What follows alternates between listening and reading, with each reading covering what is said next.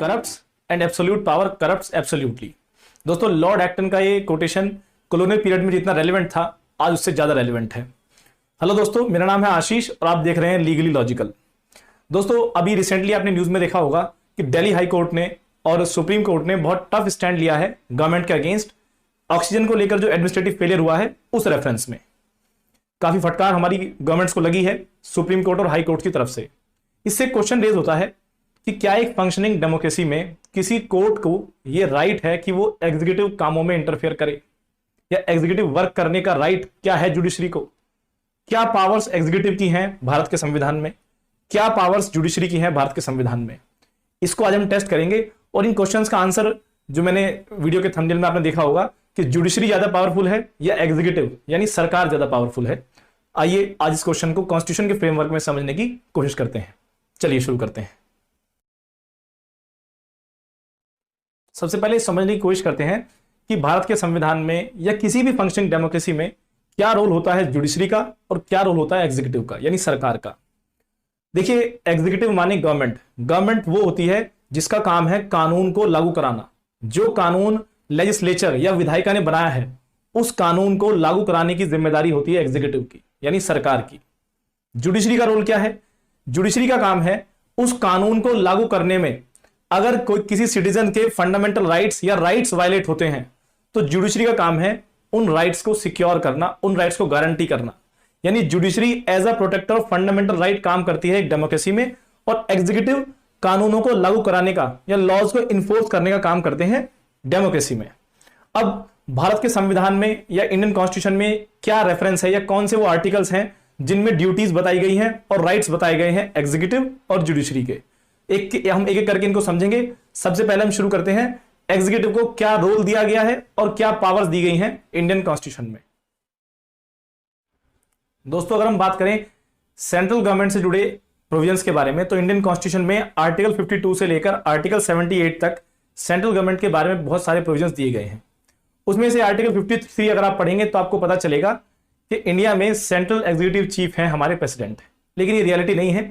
अगर आप आर्टिकल 53 के साथ आर्टिकल 74 को भी पढ़ेंगे तो आपको ये पता चलेगा कि इंडिया में जो रियल एग्जीक्यूटिव पावर्स हैं सेंट्रल गवर्नमेंट की वो वेस्टेड हैं प्राइम मिनिस्टर और उनकी काउंसिल ऑफ मिनिस्टर्स में। प्रेसिडेंट चीफ हैं लेकिन वो केवल एक सिंबॉलिक चीफ हैं। प्रेसिडेंट को अपने सारी एग्जीक्यूटिव पावर्स का इस्तेमाल काउंसिल ऑफ मिनिस्टर्स और प्राइम मिनिस्टर की सलाह पर करना होता है, उनकी एडवाइस पर करना होता है।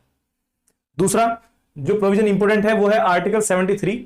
सेंट्रल एग्जीक्यूटिव किन कानूनों को लागू करा सकती है, इसका जवाब दिया गया है आर्टिकल 73 में।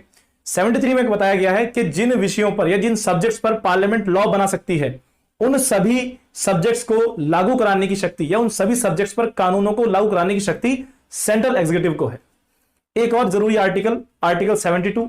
आर्टिकल 72 में कहा गया है कि अगर जुडिशरी ने किसी व्यक्ति को सजा दी है और सेंट्रल एग्जीक्यूटिव को लगता है कि उस व्यक्ति को माफ किया जाना चाहिए या उस व्यक्ति की सजा को कम किया जाना चाहिए या उस व्यक्ति की सजा को पोस्टपोन किया जाना चाहिए, तो आर्टिकल 72 में प्रेसिडेंट के वाया सेंट्रल गवर्नमेंट ऐसा काम कर सकती है।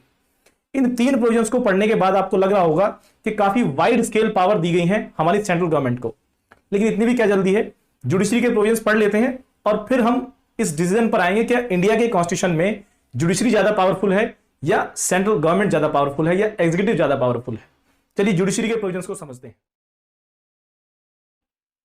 दोस्तों, जुडिशरी के कॉन्स्टिट्यूशनल प्रोविजंस को पढ़ने से पहले मैं आपको उस कोटेशन पर वापस लाना चाहता हूं जो मैंने वीडियो के शुरू में बताई थी, एब्सोल्यूट पावर करप्ट्स एब्सोल्यूटली, यानी निरपेक्ष शक्ति आपको भ्रष्ट बना देती है। इसीलिए इंडियन कॉन्स्टिट्यूशन में भी चेक और बैलेंस की व्यवस्था की गई है, यानी किसी भी एक ऑर्गन को एब्सोल्यूट पावर नहीं दी गई है। सेंट्रल एग्जीक्यूटिव के जो प्रोविजंस हमने पढ़े उनसे अगर आपको ऐसा लग रहा है कि उसके पास सबसे ज्यादा पावर है तो रुकिए, पहले जुडिशरी के प्रोविजंस पढ़ते हैं। देखिए, आर्टिकल 13 में यह बताया गया है कि अगर एग्जीक्यूटिव कोई काम गलत कर रहा है या कॉन्स्टिट्यूशन के फ्रेमवर्क के अनुसार नहीं कर रहा है तो जुडिशरी के पास ये पावर है कि वो उस काम का जुडिशियल रिव्यू करे। जुडिशियल रिव्यू करने का मतलब होता है सेंट्रल गवर्नमेंट द्वारा किए गए कामों को जांचना, उनका एनालाइज करना कॉन्स्टिट्यूशन के फ्रेमवर्क में।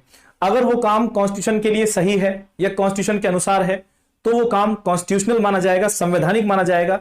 अगर ऐसा नहीं है तो वो काम अनकॉन्स्टिट्यूशनल माना जाएगा और सुप्रीम कोर्ट उस काम को खारिज कर सकती है। आर्टिकल 13 में ये पावर्स दी गई हैं, यानी एग्जीक्यूटिव के काम को चेक और बैलेंस करने की पावर्स दी गई हैं हमारी जुडिशरी को।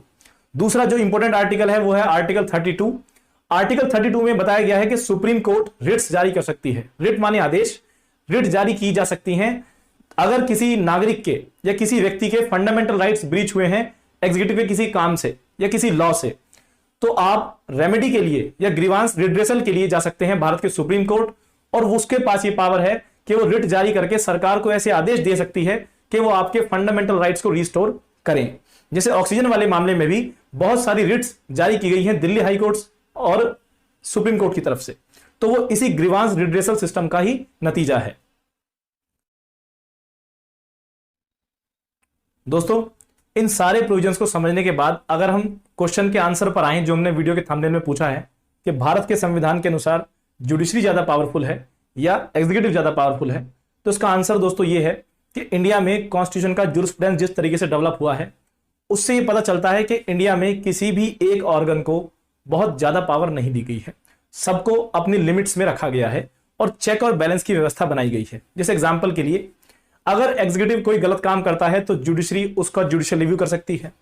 अगर जुडिशरी अपनी लिमिट से बाहर जाकर काम करती है तो जजेस को हटाया जा सकता है। बहुत सारे प्रोविजंस इसके बारे में दिए गए हैं। अगर आप सुप्रीम कोर्ट के कुछ आर्टिकल्स पढ़ेंगे, आर्टिकल 124 के बाद से लेकर बाद तक, तो उसमें आपको पता चलेगा कि पार्लियामेंट के पास ये पावर है कि वो हटा सकती है जजेस को भी।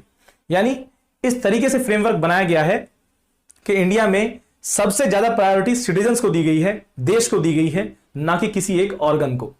आपकी इस बारे में क्या राय है? अपनी ओपिनियन प्लीज कमेंट बॉक्स में बताएं, हमें अच्छा लगेगा और हम आपके हर एक कमेंट को पढ़ते हैं। इसीलिए प्लीज डू कमेंट, लाइक करें इस वीडियो को, मेरे चैनल को सब्सक्राइब करें और बेल आइकन को प्रेस करें ताकि अगली वीडियो की नोटिफिकेशन आप तक आती रहे। Thank you.